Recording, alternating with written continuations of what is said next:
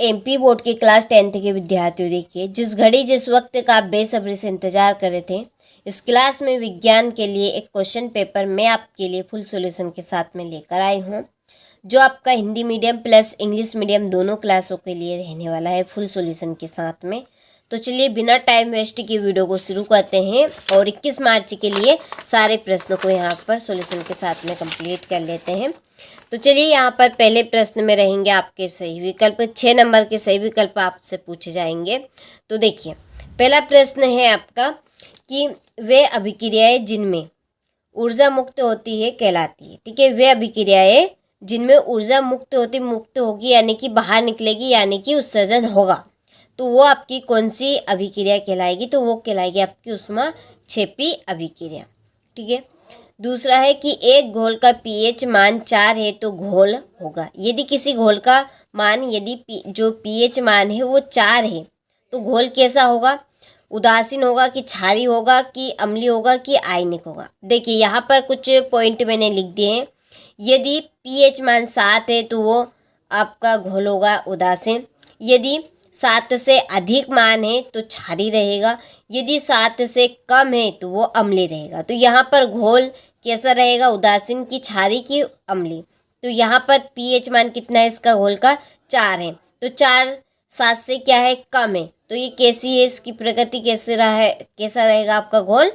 अम्लीय रहेगा। ठीक है, चलिए तीसरा है सहजीविता का उदाहरण है। तो सहजीविता का उदाहरण है लाइकेन, और जो कुकुरमुत्ता है वो मृतोपजीवी का उदाहरण है।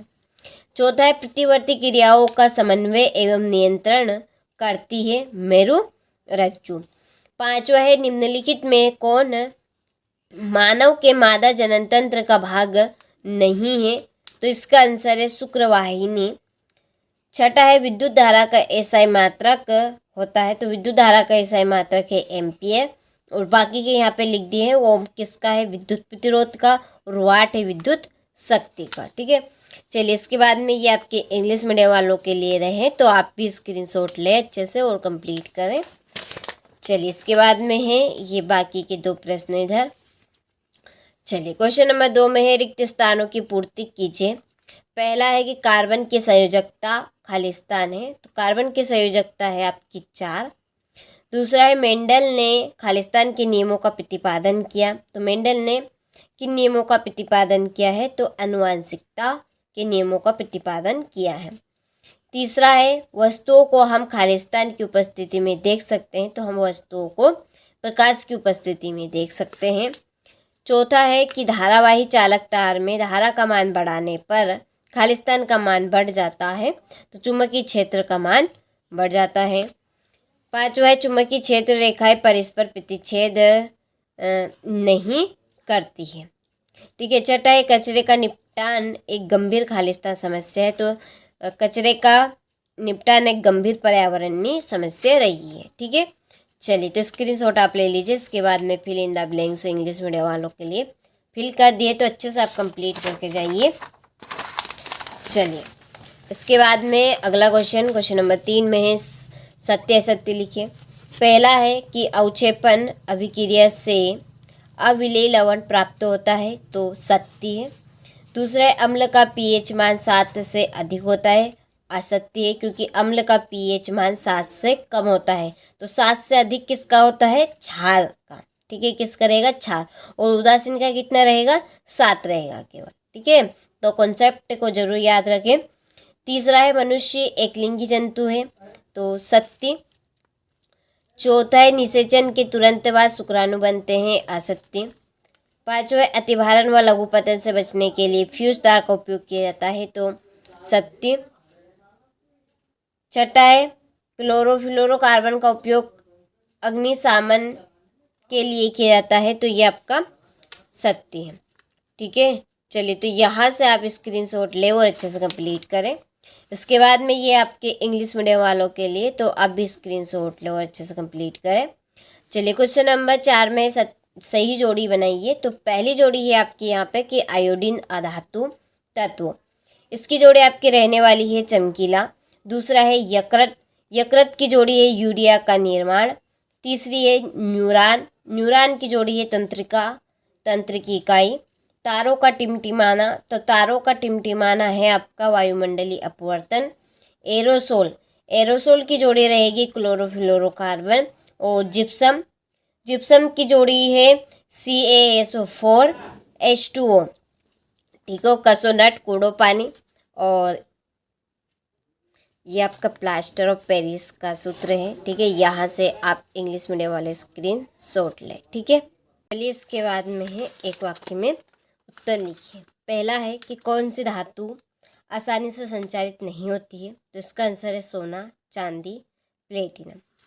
दूसरा है कि मेंडल ने आनुवंशिकता के नियमों के लक्षणों के वाहक को क्या नाम दिया, तो इसका आंसर है जीन, या उन्होंने कारक बताए। ठीक है।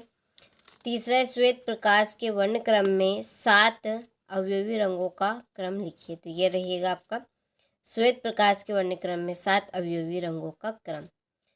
चौथा है विद्युत शक्ति का अंतर्राष्ट्रीय पद्धति में मात्रक लिखिए, तो विद्युत शक्ति का अंतर्राष्ट्रीय पद्धति में मात्रक है वाट। पांचवा है घरेलू परिपथ में किस प्रकार की धारा प्रभावित होती है, तो घरेलू परिपथ में प्रत्यावर्ती धारा प्रभावित होती है। छठा है हाइड्रोकार्बन क्या है, तो हाइड्रोकार्बन है आपका कि हाइड्रोजन और कार्बन से मिलकर बने यौगिक हाइड्रोकार्बन कहलाते हैं। तो किसे कहते हैं हाइड्रोकार्बन, कि हाइड्रोजन और कार्बन से मिलकर बने यौगिक हाइड्रोकार्बन कहलाते हैं। चलिए इसके बाद में यहाँ से आप इंग्लिश मीडियम वाले स्क्रीनशॉट लें और अच्छे से कंप्लीट करें। छठा प्रश्न है F2 की इलेक्ट्रॉन बिंदु संरचना बनाइए। इसके बाद में है प्रकाश संश्लेषण की आवश्यक सामग्री, जो कच्ची सामग्री है वो पौधों का कहाँ से प्राप्त करता है। स्वपरागण में अंतर लिखिए। ठीक है, ये इसका अथवा है। चलिए इसके बाद में है 9वां प्रश्न कि अमीबा में द्विखंडन की विभिन्न विधियों का स्वच्छ एवं नामांकित चित्र बनाइए। फिर है आनुवंशिकता क्या है, यहाँ पर ही आपका 11वां प्रश्न। यसद लेपन और अलंगम किसे कहते हैं।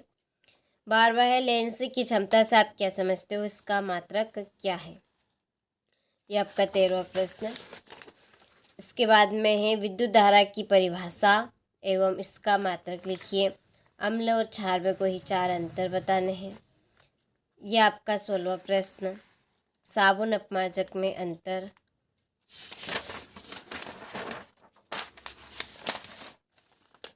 इसके बाद में 18वां रासायनिक गुणधर्म के आधार पर धातु एवं अधातु में भेद कीजिए। निम्न हार्मोन में से प्रत्येक का एक कार्य लिखिए। ठीक है, किसी छड़ चुंबक के चारों ओर चुंबकीय क्षेत्र रेखाएं खींचिए, ये आपका 21वां प्रश्न। ठीक है, चलिए इसके बाद में है 22वां मानव हृदय का तंत्र का नामांकित चित्र बनाना है, और ये आपका आखिरी लास्ट प्रश्न 23वां।